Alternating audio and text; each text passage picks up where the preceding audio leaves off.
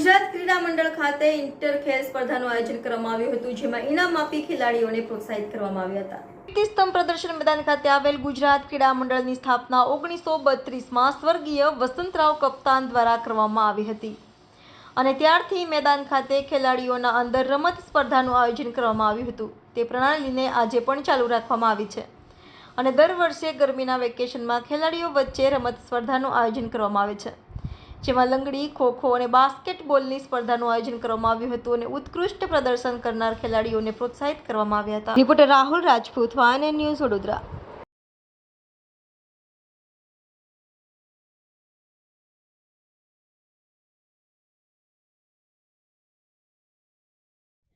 અમારી સંસ્થાની સ્થાપના 25 ફેબ્રુઆરી 1932માં થઈ.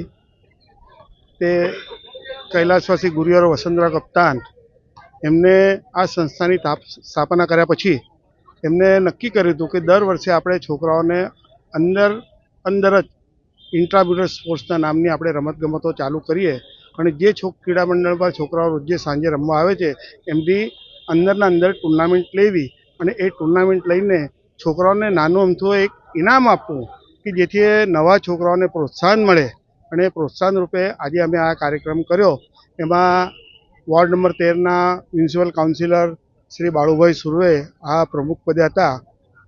મુકેશ સ્પોર્ટ્સના માલિક મુકેશભાઈ પટેલ એ પણ ઉપસ્થિત રહ્યા હતા અને સંસ્થાના વાલી મિત્રો, સંસ્થાના સિનિયર ભાઈ બહેનો આ પણ બધા ઉપસ્થિત રહ્યા હતા.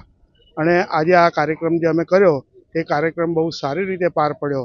એના માટે જે પ્રમુખ હતા એ અને વાલી મિત્રોનો હું સૌનો આભાર માનું છું. Subscribe now and press the bell icon. Never miss an update.